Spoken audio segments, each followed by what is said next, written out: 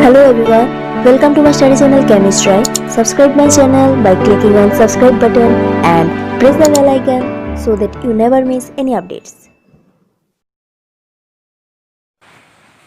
First question, which of the following ion has electronic configuration argon 3d6?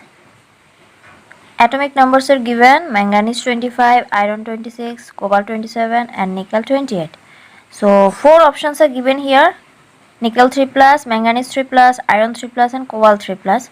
So among these 4 options, which one actually has the electronic configuration this? So just let's check what is this. So write it here: argon 3d6. So argon 3d6. So in this configuration, how many electrons are present? In argon it is 18 plus in the d orbital 6 electron. So 18 plus 6 equal to 24. Okay, now let's say among these 4 options which one has 24 electrons. So in nickel 3 plus, let's talk about the nickel 3 plus. In the nickel, atomic number is 28. That means 28 electron present in nickel. Now when it is nickel 3 plus, that is 3 electrons have gone. So 28 minus 3. So how many is left? 25. So it is not the right answer. Then come manganese 3 plus. So manganese has 25 electrons. Again 3 plus means 3 electron has gone. So 25 minus 3, it is 22. So this is also not right. Then come iron 3 plus. Iron has 26 electrons. Now in iron 3 plus 3 electrons have gone. So 26 minus 3, that is 23. This is also not the right answer. So the left one is cobalt 3 plus. So let's check it. Cobalt 3 plus. In cobalt it is 27 minus 3 plus. So it is minus 3. So remaining electrons 24. Now you can see it matches with this number. So the right answer is this one, that is this. Question 2. Which of the following pairs has the same size? 4 pairs are given. The first one is iron 2 plus, nickel 2 plus. Second one is zirconium 4 plus, titanium 4 plus. Third one is zirconium 4 plus, hafnium 4 plus. And the fourth one is zirconium 2 plus, hafnium 4 plus. So here I have drawn simply the d block elements, some of the d block elements. So in the periodic table, when we move from left to right, okay, from left to right, always remember the atomic radius decreases. Atomic radius decreases. Okay, if we move from left to right in the periodic table, the atomic radius decreases. Now if we go from top to bottom, okay, in the periodic table, if we go top to bottom, then atomic radius increases. Atomic radius increases. Now here you can see the first option, iron 2 plus, nickel 2 plus. Iron is here, nickel is here. So you are going from left to right. That means atomic radius will decrease. So the option A is not correct. Now let's see the option B, zirconium 4 plus and titanium 4 plus. Titanium is here, zirconium is here. That means you are going from top to bottom, then atomic radius will increase. So this is also not the right option. Now let's talk about the option D. Okay. Now see, zirconium 2 plus and hafnium 4 plus. So here the charge is different. One is 2 plus, another one is 4 plus. So 4 plus means the size, this cation size is smaller than this one. So this is also not the right answer. Now the remaining is this. So let's see. Zirconium is here, hafnium is here. So you are going actually top to bottom. Then according to the rule it should be increase. But here charges are also same. But here the main point is lanthanoid contraction. Here lanthanoid contraction happens. So because of the lanthanoid contraction, the zirconium and hafnium shows the same size. Always remember, in the D block element, the second series and the third series, these two series undergo lanthanoid contraction. Now the lanthanoid contraction is because of the poor shielding effect of f orbitals. Okay. So here the right option is this. So the question, which of the following ions exhibit color in aqueous solution? Which of the following ions exhibit color in aqueous solution? So 4 ions are given. So always remember one thing, when they ask you to find out the ions which exhibit color, so in this type of questions you need to remember one thing, that those ions will show colors where some kind of transitions occur. That means among these 4 ions somewhere transition occurs. Now if it is D block element, then the transition is DD transition. Okay. If it is F block element, the transition is FF transition. Okay. So for transition you need to have at least one unpaired electron in D orbitals or F orbitals based on the D block element or F block element. Now in these options you can see these two, titanium and scandium, are D block elements. So here DD transition will occur if unpaired electrons are present. These two are F block elements. So here FF transition will be occur if any unpaired electron present in F orbital. So let's check it out. In the first case you can see lanthanum, the atomic number is 57. So lanthanum is 57. So the electronic configuration is xenon 5d1 6s2. Okay, so xenon has 54, then 3 more, 54 plus 3, 57. So if it is lanthanum 3 plus ion, as the option is given here, so it will be xenon and then no D electron is present and also no F electron is also present. Okay, so here it is F0. Then another one, check it, lutetium 3 plus. So for lutetium it is 71. So write it here 71. So for 71 the electronic configuration will be xenon 4f14 5d1 and 6s2. Okay, so if it is lutetium 3 plus, then the configuration will be xenon, 3 electron will go from the last shell.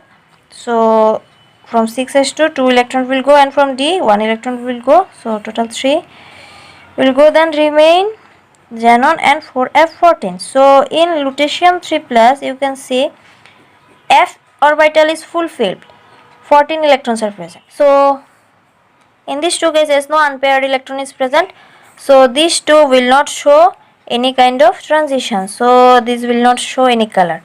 Now let's check about this titanium 3 plus. So titanium, here atomic number is 22, so write here 22. What will be the electronic configuration? Argon and then 3d8 4s2.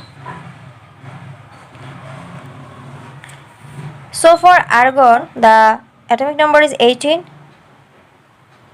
Sorry, this is 2. Okay, argon is 18, then 2 electron total 4, 18 plus 4 22.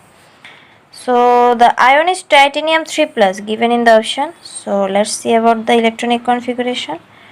Argon, then 3d1, 3 electron will go, 2 from S, 1 from D. So here it is D1, 1 unpaired electron is present, so there is a chance.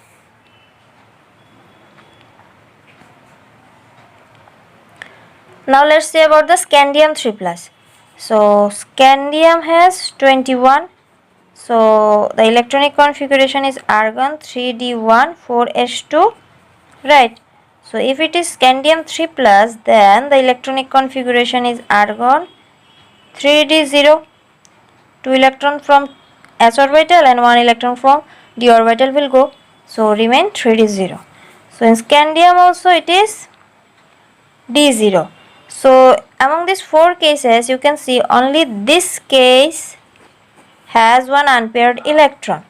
So only in this ion transition will happen and it will exhibit some color in aqueous solution. So the correct answer is titanium 3 plus ion. Next question. Acidified K2Cr2O7, that is potassium dichromate solution, turns green when Na2H2O3 is added to it.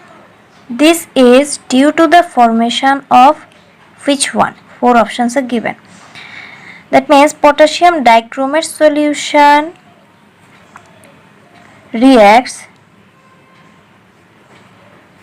with Na2H2O3 sodium sulfide. What is the condition? Acidic condition. So for acidic condition we will use sulfuric acid. So when they all will react with each other, then what will be the product? Chromium sulfate plus then potassium sulfate, then sodium sulfate plus then hydrogen is here, so water. So now always remember the color of chromium sulfate is green. Okay, the color of chromium sulfate is green. In the question it is mentioned green, so the right option will be Cr2 SO4 whole 3, this one. Next question. For the four successive transition elements chromium, manganese, iron and cobalt, the stability of +2 oxidation state will be there in which of the following order? Four successive transition elements are given and it is said that the stability of the +2 oxidation state of these elements will show which one of these following order.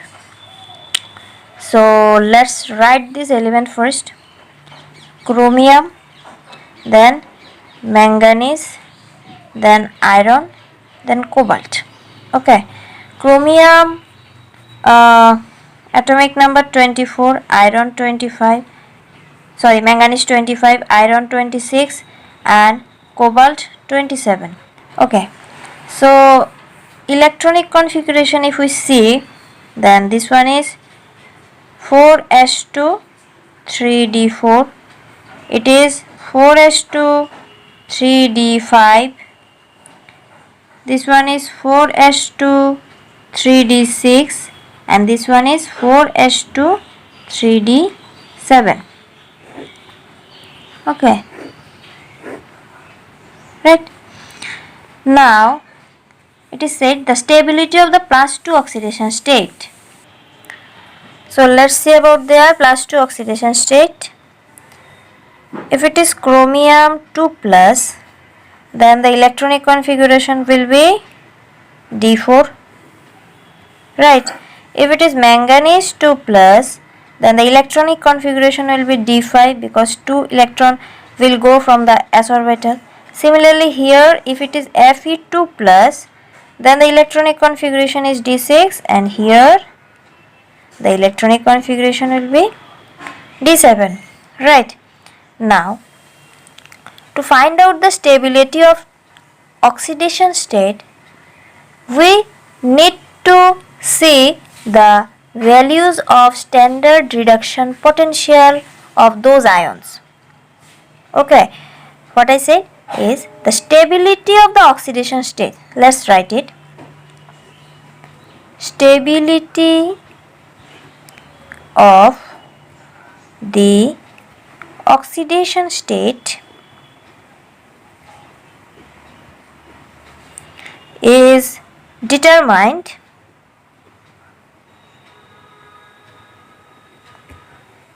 on the basis of standard reduction potential value, that is SRP values. SRP means we know standard reduction potential.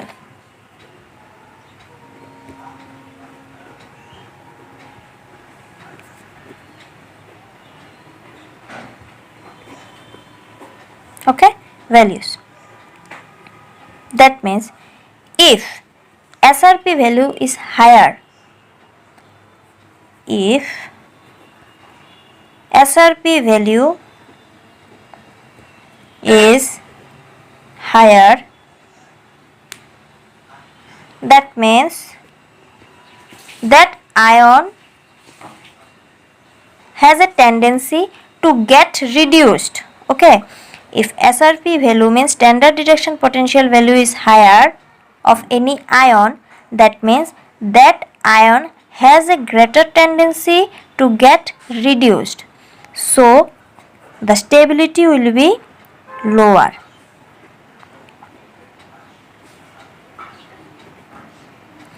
SRP value is higher, so stability is lower. If we say opposite, then SRP is lower, then stability will be higher. To this much clear? You need to remember this point. Now let's check about the SRP values of these ions.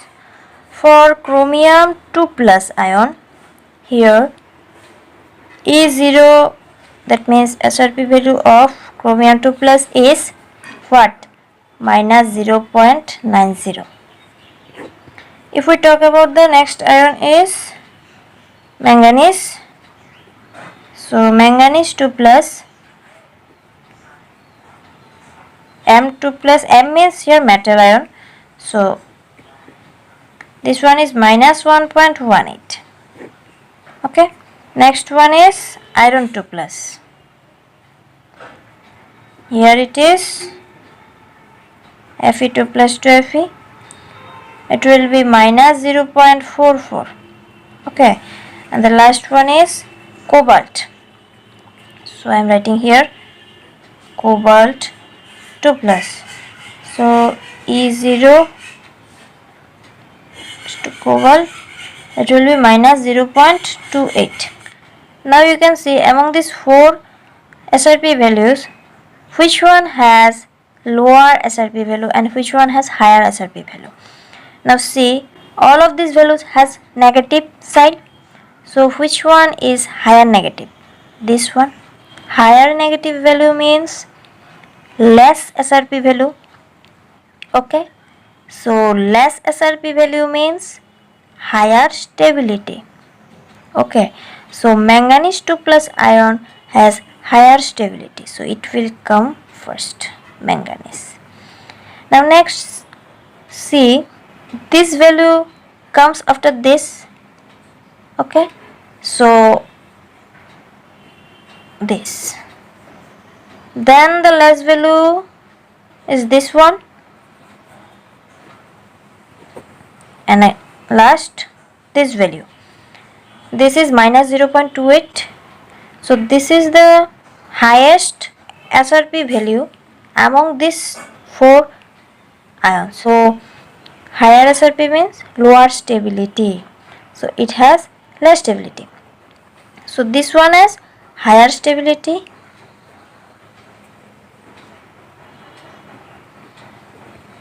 This one has lower stability.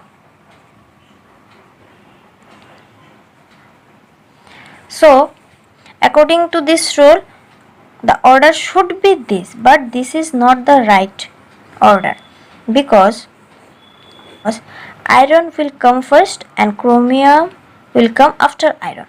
Why? Now see, chromium 2 plus and iron 2 plus, both can act as a reducing agent, but chromium 2 plus is strongest reducing agent. Okay, strongest reducing agent compared to iron 2 plus. So it is strongest reducing agent when an ion acts as a reducing agent, then that ion itself undergoes oxidation. Okay, so chromium 2 plus always has a tendency to form chromium 3 plus as it is strongest reducing agent, so its stability is less than iron. So the accurate order will be first manganese, then iron, then chromium, then cobalt.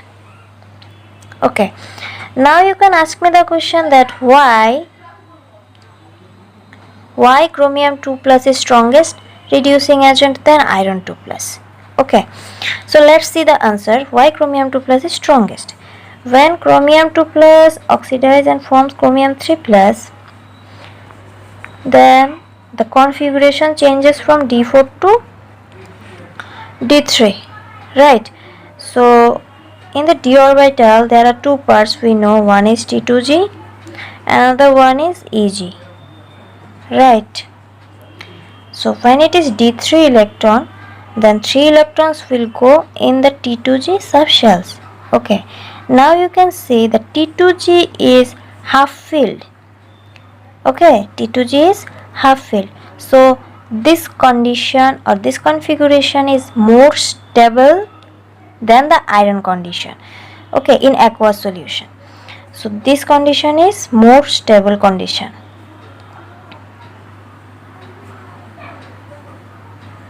Okay, so that's why the chromium 2 plus always has a tendency to form chromium 3 plus to get the more stable configuration. Okay, so that's why chromium 2 plus acts as a strongest reducing agent. Now we can see what happens in the iron. When iron 2 plus convert into iron 3 plus, okay, so you can see here the configuration D6. Here the configuration D6 changes into D5. Okay, so now you can see in the D orbital, all the subshells have electron. If it is D6, then like this, right? Now if it is D5, then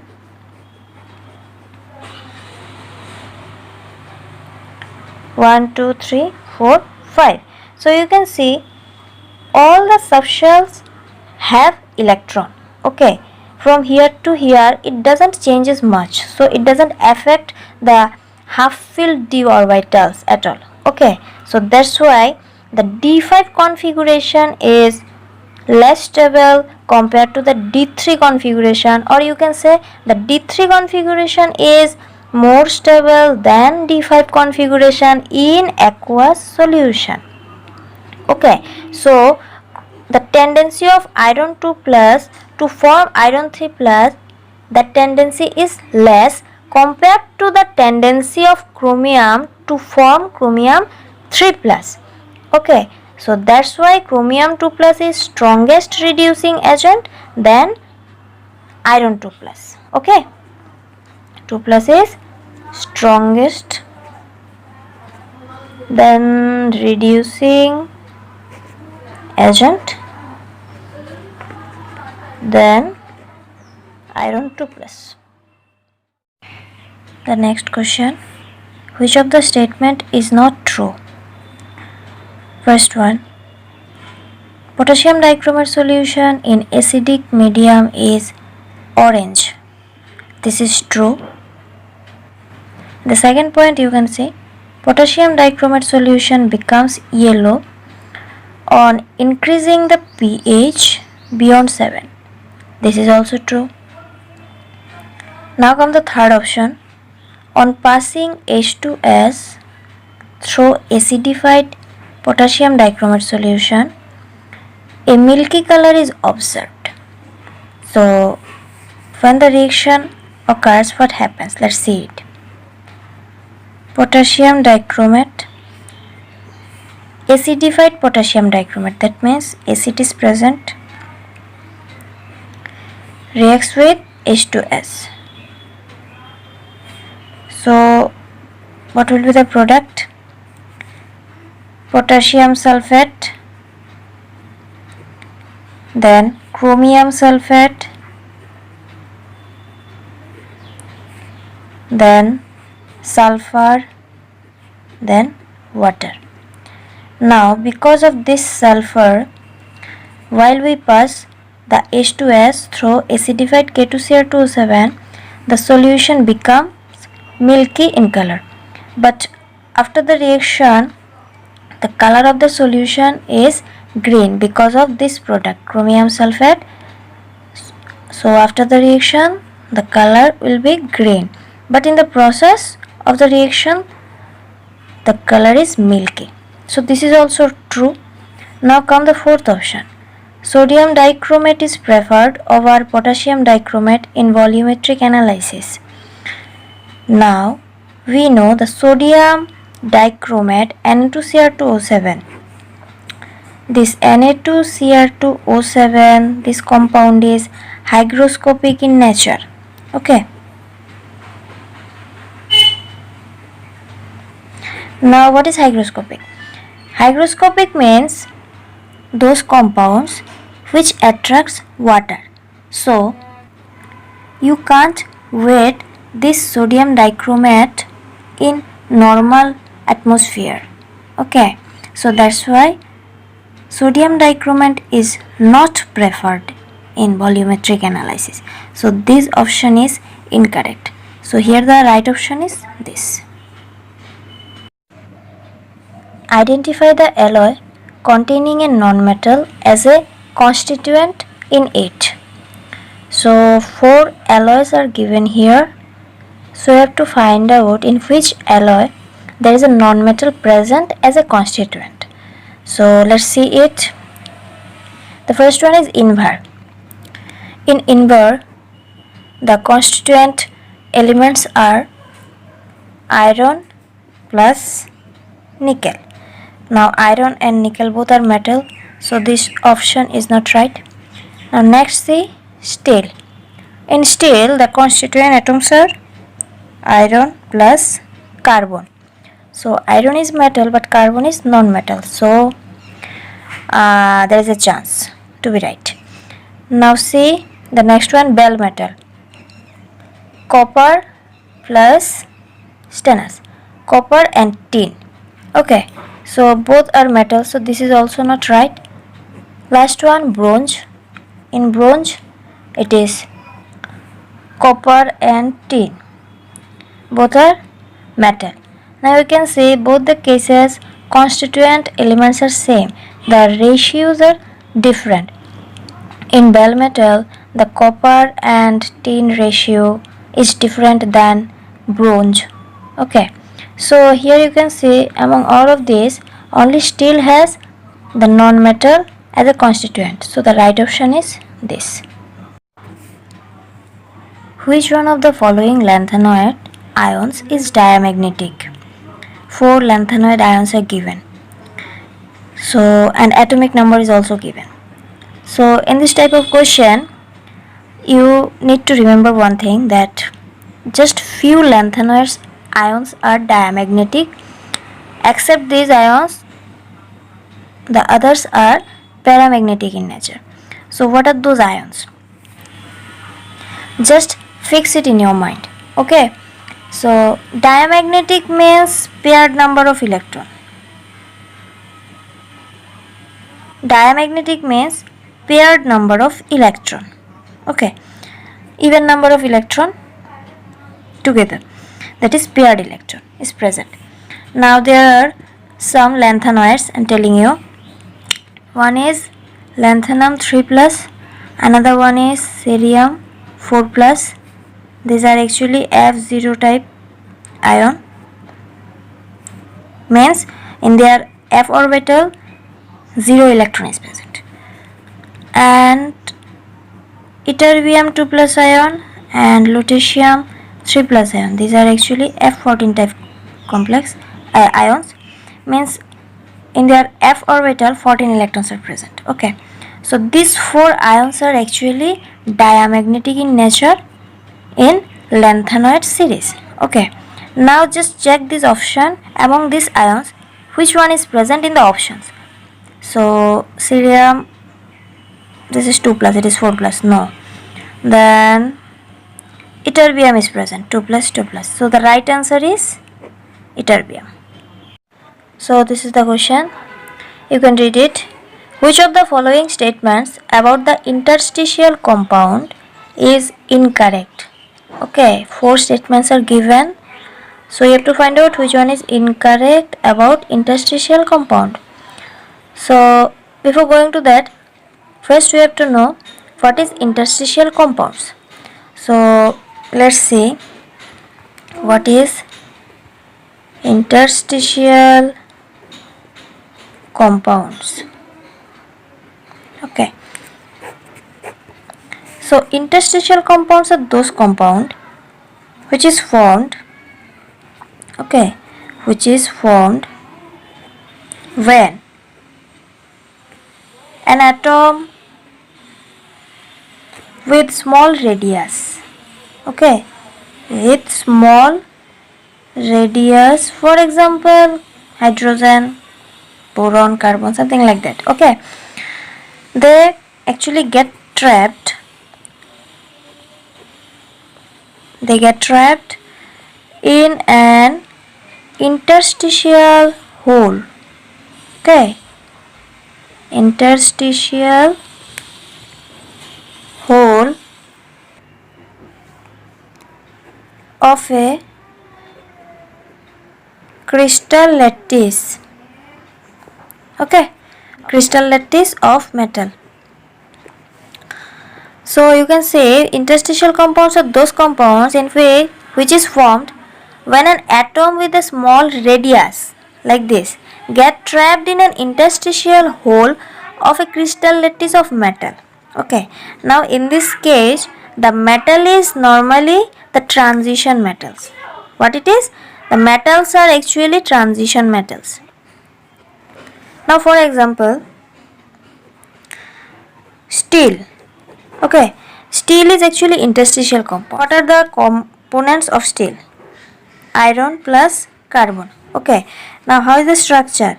If you consider this one as a metal lattice, and the metal atoms are present like this way. Okay, so consider like this way. These are actually iron. Okay, now these are iron. Then where is the carbon? Then where the carbon will go? Okay, so the carbon will go in the interstitial hole. That means these positions. Here is one carbon, then here is the carbon. Okay, the carbon will get trapped in the interstitial holes. Now what are the main properties of interstitial compounds? Let's check it out. So the first property, that one is, now say in this metal lattice or crystal lattice, you can see these holes are actually filled up with small atoms. So this is a closed packed structure. Okay, the gaps are already filled. So this is a hard, the interstitial compounds are harder than the pure metal. Okay, the interstitial compounds are harder than the pure metal. So now as it is hard molecule, that means the melting point of this compound is also high. Melting point is also high compared to the parent metal atom.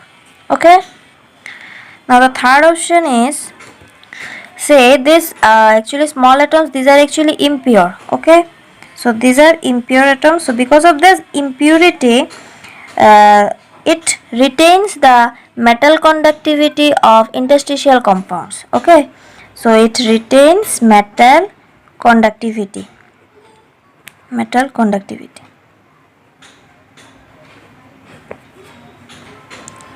Fourth option is, this is generally chemically inert compound. Okay, the interstitial compounds are chemically inert. So these are 4 options. Now let's check the options or statements here given about the interstitial compounds. The first one is the retain metallic conductivity. It is true. So this is not the option they want. Incorrect option they actually want here. So this is true. The next one, they are chemically reactive, but we know interstitial compounds are chemically inert. So the second option is wrong. So this is the incorrect option. Okay. Now let's check about the third option. They are much harder than the pure metal. This is right. The fourth, they have higher melting point than the pure metal. This is also right. So the incorrect option is here 2. The question is, which one of the following does not give oxygen on heating? 4 options are given. So which one does not give oxygen after heating? So let's see the reactions. So first one is K2Cr2O7, potassium dichromate. K2Cr2O7, if we apply heat here, then the product will be K2Cr4 plus Cr2O3 plus oxygen. So this reaction gives oxygen, so this is not the right answer, right option. Now let's next check the KClO3. KClO3, if we apply heat here, then it will form KCl plus oxygen. Okay, so here also it gives oxygen, so this is also not the right answer. Next option, zinc chlorate, ZnClO3 whole 2. If we apply heat here, it forms ZnCl2, zinc chloride plus oxygen. So here also oxygen is forming, so this is also not the right option. Okay, so now last one is NH4 whole 2 Cr2O7, ammonium dichromate, right? So NH4 whole 2 Cr2O7, if we apply heat here, then here it is formed nitrogen gas plus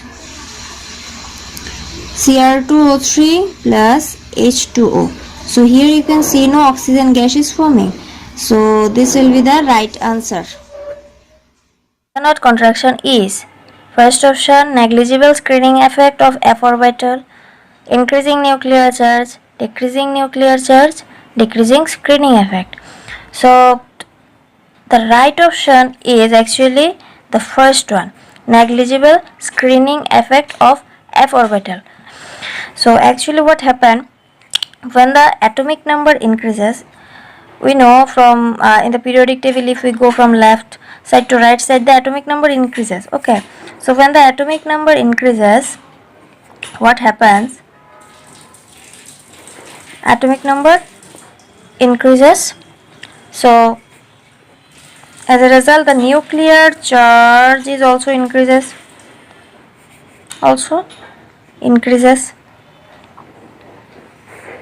Okay, now nuclear charge is also increases and the last shell electron is also increases. Now because of the poor shielding effect of f orbital, okay, because of poor shielding effect or screening effect, okay, of f orbital, what happens, the electrons which is present in the f orbital, they are pulled slightly, if it is nucleus and if it is f orbital, the shielding effect of f orbital is very poor. Now the nuclear charge is very high, so what happened, the electrons are pulled by the nucleus slightly towards the center or towards the nucleus.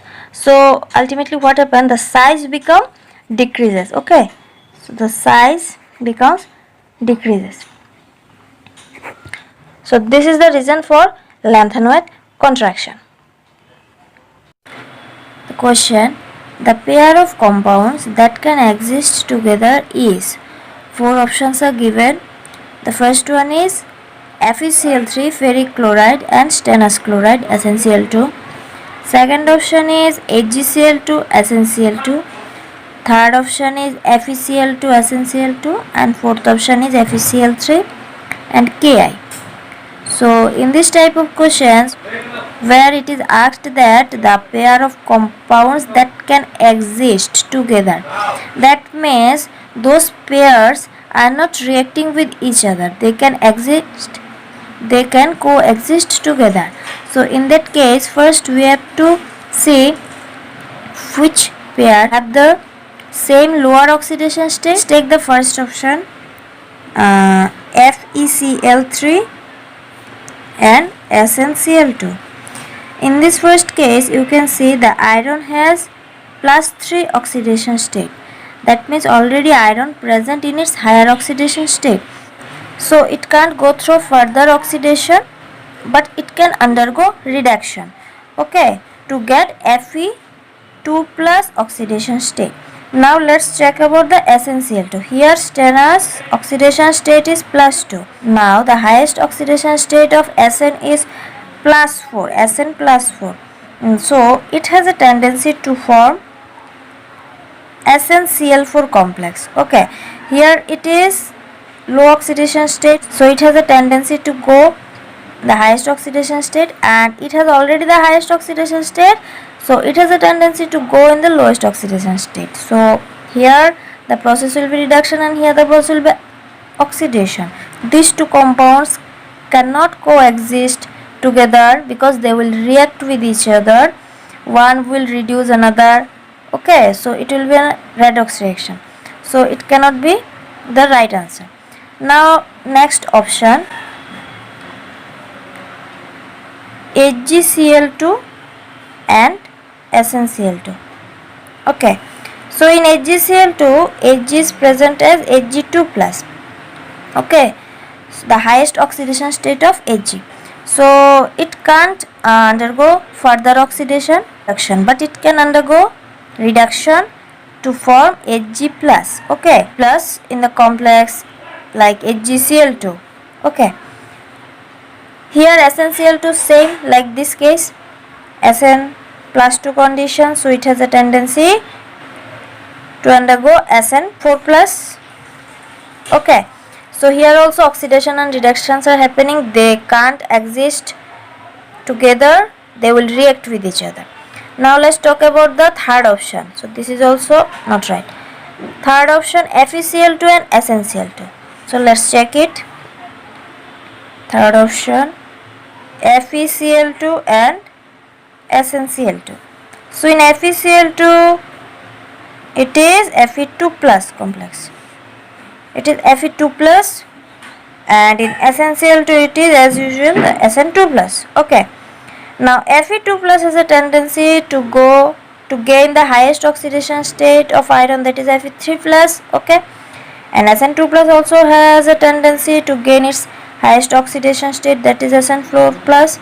Okay, so here you can see in the both cases they have the lowest oxidation state and they can gain the highest oxidation state. So here they will not react with each other, or they will not reduce one another. That means they can coexist together. Okay, so the third option is the right answer. Okay, now let's check the fourth option. What about it? FeCl3 and Ki. So FeCl3 and Ki. In FeCl3 it is already Fe3 plus condition, so it can only form now Fe2 plus. Okay, in Ki it is K plus and I minus. Okay, potassium always have one oxidation state, plus one oxidation state. Now I minus has a tendency to form I0 oxidation state or plus one oxidation state. Okay, from minus to, if it converts into 0 or plus 1, that means here oxidation is happening and here reduction is happening, so they also cannot coexist together, they will react with each other. Okay, so the right option which can exist together is the fourth option. In acidic medium, H2O2, that is hydrogen peroxide, changes dichromate ion Cr2O7 minus to CrO5, that is chromium peroxide, which has two oxygen bonds. Now What is the oxidation state of chromium in CrO5? 4 options are given: +3, +5, +6, -10. So now first let's see the structure of CrO5. Okay, so the structure is chromium, here is one oxygen, and here are other oxygens. So this is the structure of CrO5. So this is the oxygen bonds. Okay, in the question it is mentioned that 2 oxygen bonds. So this is the butterfly structure. Oxygen bonds are there, peroxide bonds actually. So in these cases the 4 oxygens have -1 oxidation state. Okay, and this oxygen which is doubly bonded with the chromium, it has -2 oxidation state. Okay, now we have to find out the oxidation state of chromium. So let's say the chromium oxidation state is X. Okay, plus now how many oxygen has -1 oxidation state? 4. So 4 into -1 plus this oxygen has -2 oxidation state, so -2 equal to the overall charge is 0, so equal to 0. Now if you calculate, then you will get -4, -2, -6. They will go to that side, right hand side, so it will be +6. Okay, so here the chromium oxidation state is +6. This is the right answer. Now let's move to the next question. The reaction of aqueous KMnO4 with hydrogen peroxide in acidic condition gives. What are the products? You have to find out that one from these 4 options. So let's see the reaction. Potassium permanganate KMnO4, okay, reacts with H2O2, that is hydrogen peroxide, in acidic condition. So we are taking here acid, sulfuric acid. Okay, now what will be the product? So the product will be manganese sulfate, okay, plus potassium sulfate plus H2O is water plus oxygen. Okay, so now let's check out the options. Oxygen are here, so here is also oxygen, here is also oxygen. So from the first 2 options, one will be the right answer, others 2 are not right. Now see here with the oxygen it is manganese 2 plus ion, and here it is manganese 4 plus ion. Now see the products here. Here manganese is present. So in MnSO4 the manganese is present as Mn2 plus. Okay, and the sulfate ion SO4 2 minus. Okay, so the ion is Mn2 plus. So here it is Mn2 plus. So the right answer is option 2.